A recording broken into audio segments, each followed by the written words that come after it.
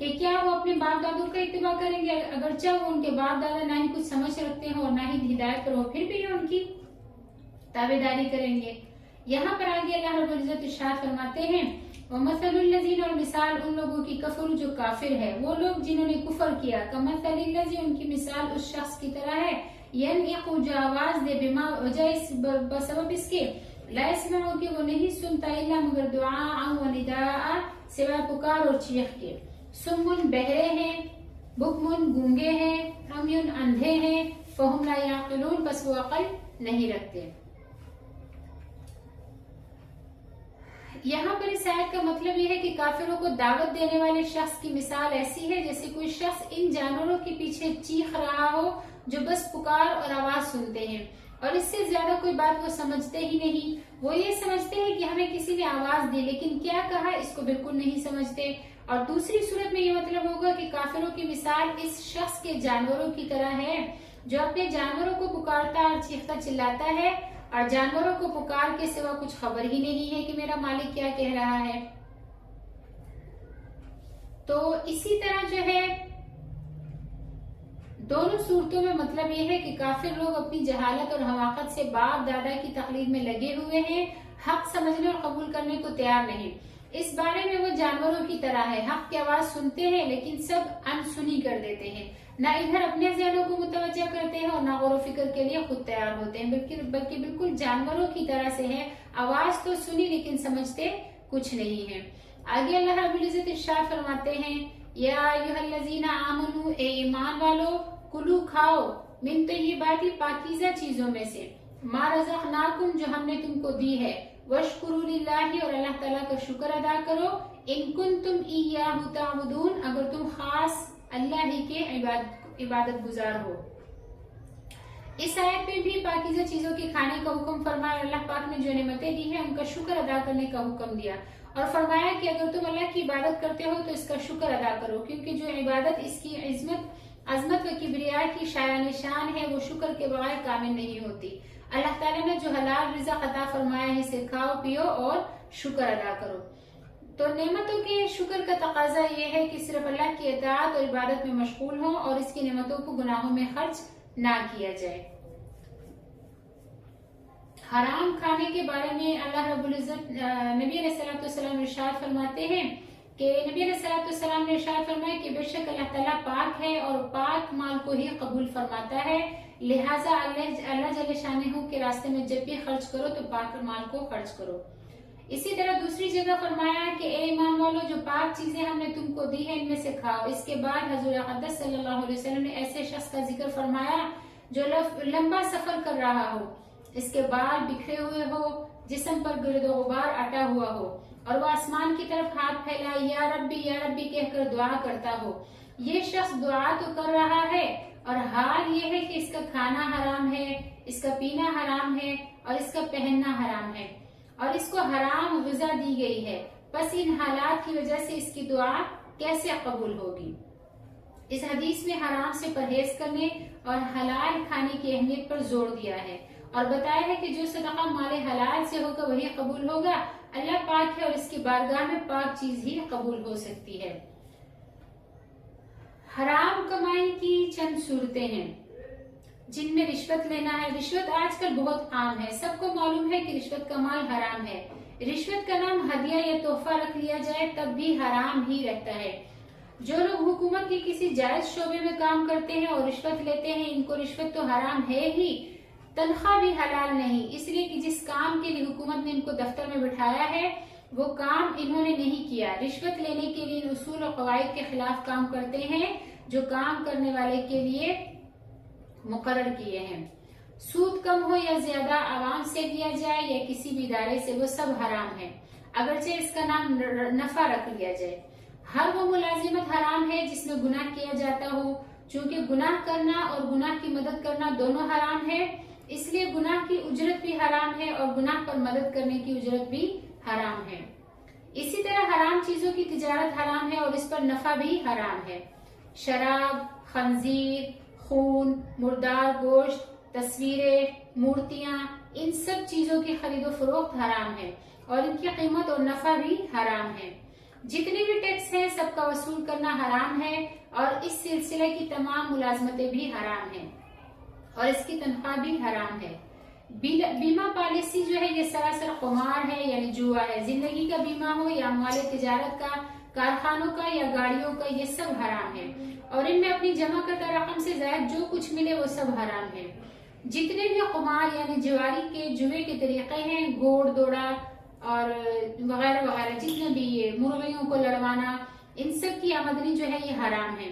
غصب، چوری، ڈاکہ زنی کے ذریعے جو کچھ حاصل کیا جائے وہ سب حرام ہے۔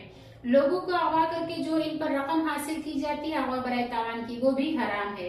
جو لوگ پیری مریدی کا کاروبار کرتے ہیں، ان کو اہل حق اور اہل ارشاد سمجھ کر جو کچھ دیا جاتا ہے تو ان کے لیے وہ سب حرام ہے۔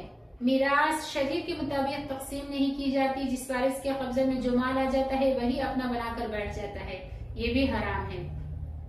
مرنے والے کے اب بیٹے اپنی بہنوں اور ماؤں کو میراث نہیں دیتے، اور چونکہ میراث تقسیم نہیں ہوتی اس لیے یتیموں کے حصے کا مال بھی خورد برد کر دیا جاتا ہے، یہ بھی حرام ہے۔ کیونکہ شرعاً جو دوسروں کا مال ہے اس کو اپنی ملکیت اور کام میں لانا حرام ہے، اور نفس کی خوشی سے جو مال نہ دیا گیا ہو، اگرچہ دینے والے نے بظاہر کسی دباؤ میں خاموشی اختیار کر لی ہو، لیکن اس کا نفس، اس کا دل اس بات پہ مطمئن نہیں تھا کہ وہ آپ کو یہ مال دے، تو وہ مال بھی حرام ہے۔ یہ تھوڑی سی تفصیل ہے، حرام کے بہت سے شعبے ہیں۔ ہر شخص اپنی آمدنی اور اخراجات کے بارے میں فکر کرے اور غور و فکر سے یہ اندازہ لگائے کہ کہیں خدا نہ خواستہ ہمارا مال حرام تو نہیں۔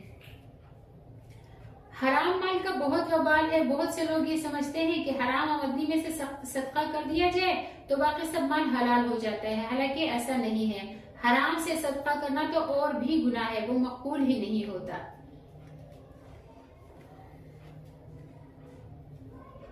پھر آگے اللہ رب العزت ارشاد فرماتے ہیں انما حرم علیکم المیتۃ، بے شک ہم نے حرام کیا تم پر مردار کو، والدم اور خون کو، ولحم الخنزیر اور خنزیر کے گوشت کو، وما اہل بہ لغیر اللہ اور وہ جانور جو اللہ کے علاوہ کسی اور کے نام پر ذبح کیے جاتے ہیں، یعنی غیر اللہ کے نام پر جو ذبح کیے جاتے ہیں۔ فمن اضطر، پھر جو اضطراری حالت میں ہو یعنی تکلیف میں ہو، بھوک کی وجہ سے وہ تکلیف میں ہے، غیر باغ، نہ وہ باغی ہے، ولا عاد اور نہ حد سے بڑھنے والا ہے، فلا اثم علیہ تو اس پر کوئی گناہ نہیں، ان اللہ غفور الرحیم بے شک اللہ تعالیٰ بخشنے والا رحم کرنے والا ہے۔ اس آیت شریفہ میں مردہ جانور جو اپنی موت سے بغیر ذبح کیے مر جائے، اور خون سے مراد بہتا ہوا خون ہے، اس میں کلیجی شامل نہیں ہے، اور خنزیر کا گوشت کھانے کی اور ان جانوروں کے کھانے کی حرمت بیان فرمائی ہے جن پر ذبح کرتے اور غیر اللہ کا نام پکارا گیا ہو۔ ان چیزوں کے کھانے کا عرب کے مشرکوں میں رواج تھا، اور ان کے علاوہ حلال چیزیں بھی کھاتے تھے۔ ان کے رواج میں کئی چیزوں میں جو چیزیں حرام تھی اصولی طور پر ان کی حرمت بیان فرمائی، اور لفظ انما سے جو حصر معلوم ہو رہا ہے یہ حصر اضافی ہے، جو چیزیں یہاں مذکور ہیں ان کے علاوہ بھی حرام چیزیں ہیں جن کا ذکر دیگر آیات میں اور احادیث میں وارد ہوا ہے۔ پھر یہاں جو فرمایا ہے کہ فمن اضطر غیر باغ ولا عاد فلا اثم علیہ، اس کا یہ مطلب ہے کہ جو شخص بھوک سے ایسا لاچار اور نڈھال ہو رہا ہو کہ جان پر بن رہی ہو، اور اس کے پاس حلال چیزوں میں سے کھانے کو کچھ بھی نہ ہو، تو وہ حرام چیزوں میں سے اپنی جان بچانے کے لیے اتنا سبز کھا لے کہ جس سے موت سے بچ جائے، صرف اتنا ہی کھائے جس سے جان بچ جائے، اس سے آگے نہ بڑھے اور لذت کا طالب بھی نہ ہو، اتنا کھا لے کہ اس کے جسم میں اتنی جان پڑ جائے کہ وہ حلال کھانے کی تلاش میں نکل سکے۔ پھر آگے اللہ رب العزت ارشاد فرماتے ہیں ان الذین، بے شک وہ لوگ، یکتمون جو چھپاتے ہیں، ما انزل اللہ جو اللہ تعالیٰ نے نازل کیا، من الکتاب کتاب میں سے، ویشترون اور خریدتے ہیں، بھی اس پر، ثمنا قلیلا تھوڑی قیمت، اولئک یہی لوگ ہیں، ما یاکلون فی بطونہم وہ نہیں بھرتے اپنے پیٹوں میں، الا النار مگر آگ بھر رہے ہیں، ولا یکلمہم اللہ یوم القیامۃ اور نہ ہی اللہ تعالیٰ قیامت کے دن ان سے کلام کریں گے، ولا یزکیہم اور نہ ہی اللہ ان کو پاک کرے گا، ولہم اور ان کے لیے عذاب علیم دردناک عذاب ہے۔ اولئک الذین یہی لوگ ہیں، اشتروا الضلالۃ جنہوں نے خریدا گمراہی کو، بالہدی ہدایت کے بدلے، والعذاب اور عذاب کو خریدا، بالمغفرۃ مغفرت کے بدلے، فما اصبرہم علی النار تو یہاں پر اللہ رب العزت فرما رہے ہیں کہ وہ آگ پر کیسے صبر کریں گے. ذالک یہ اس لیے ہے بأن اللہ کہ بے شک اللہ تعالیٰ نے نزل الکتاب نازل کی کتاب بالحق حق کے ساتھ. وَإِنَّ الَّذِينَ اور بے شک وہ لوگ اختلفوا جو اختلاف میں پڑے ہوئے ہیں جو اختلاف کر رہے ہیں پھر کتاب میں لفی شقاق بعید تو بہت دور کی بدبختی میں پڑے ہوئے ہیں. ان آیات میں اللہ کی نازل فرمودہ کتاب کو چھپانے اور اس میں تحریف اور تبدیل کرنے اور غلط تفسیر بتانے اور پھر اس کو دنیاوی معاوضہ کا ذریعہ بنانے کی مذمت بیان کی گئی ہے. اسباب النزول میں علامہ واحدی نے حضرت ابن عباس رضی اللہ تعالیٰ عنہ سے نقل کیا ہے کہ یہ آیت یہودیوں کے رؤساء اور علماء کے بارے میں نازل ہوئی جو اپنے نیچے کے لوگوں سے ہدایہ وصول کرتے تھے اور وہ یہ امید باندھے ہوئے تھے کہ نبی آخر الزمان صلی اللہ علیہ وسلم انہی میں سے ہوں گے. لیکن جب نبی آخر الزمان صلی اللہ علیہ وسلم کی بعثت ہو گئی جو ان کے قبائل میں سے نہیں ہیں تو ان کی صفات کو بدل دیا جو تورات میں پاتے تھے اور دوسری صفات بتا دی جو تورات میں نہیں تھی تاکہ ان کے عوام نبی آخر الزمان صلی اللہ علیہ وسلم پر ایمان نہ لائے اور ان کی ریاست باقی رہے اور رشوت ملتی رہے. اس سے پہلے بھی اللہ کی کتاب کے مضامین کو چھپانے پر وعید مذکور ہوئی تھی. یہود کے علماء میں یہ مرض بہت زیادہ تھا. دوبارہ اس مضمون کا اعادہ فرمایا اور ان کو توجہ دلائی کہ حقیر دنیا کے حقیر مال کے لیے جو حرکتیں کرتے ہو آخرت میں اس کا نتیجہ بہت برا ہوگا. یہ حرکتیں دوزخ میں لے جانے والی ہے. جو لوگ ایسا کرتے ہیں وہ چاہے اس دنیا میں کھانے پینے کی چیزوں سے پیٹ بھرتے ہیں لیکن یہ پیٹ بھرنا دوزخ کی آگ کے انگارے پیٹ میں بھرنے کا ذریعہ بنے گا. یہ لوگ دنیاوی غذائیں نہیں کھا رہے ہیں بلکہ اپنے پیٹوں میں دوزخ کے انگارے بھر رہے ہیں. ان پر اللہ تعالیٰ کا بہت زیادہ غصہ ہے. اللہ تعالیٰ قیامت کے دن ان سے مہربانی کے ساتھ بات نہ فرمائے گا اور ان کو گناہوں سے پاک بھی نہیں کرے گا. اگر ہمارا سبق آپ کو سمجھ لگ رہی ہو ہمارے سبق کی ہمارا سبق آپ کو اچھا لگ رہا ہو تو اس کو لائک کر دیا کرے. دین کی دعوت سمجھتے ہوئے قرآن کے تعلیم کی دعوت سمجھتے ہوئے آگے اپنے احباب کے ساتھ جو ہے اس کو شیئر کر لیا کرے اور ہماری حوصلہ افزائی کے لیے ہمارے چینل کو سبسکرائب کر دیں. دعا ہے کہ اللہ رب العزت ہماری اس کوشش اور کاوش کو قبول اور منظور فرمائے اور دنیا اور آخرت میں اس ہمارے لیے ذریعہ نجات اور کامیابی کا ذریعہ بنائے. وآخر دعوانا ان الحمد للہ رب العالمین. السلام علیکم ورحمۃ اللہ وبرکاتہ.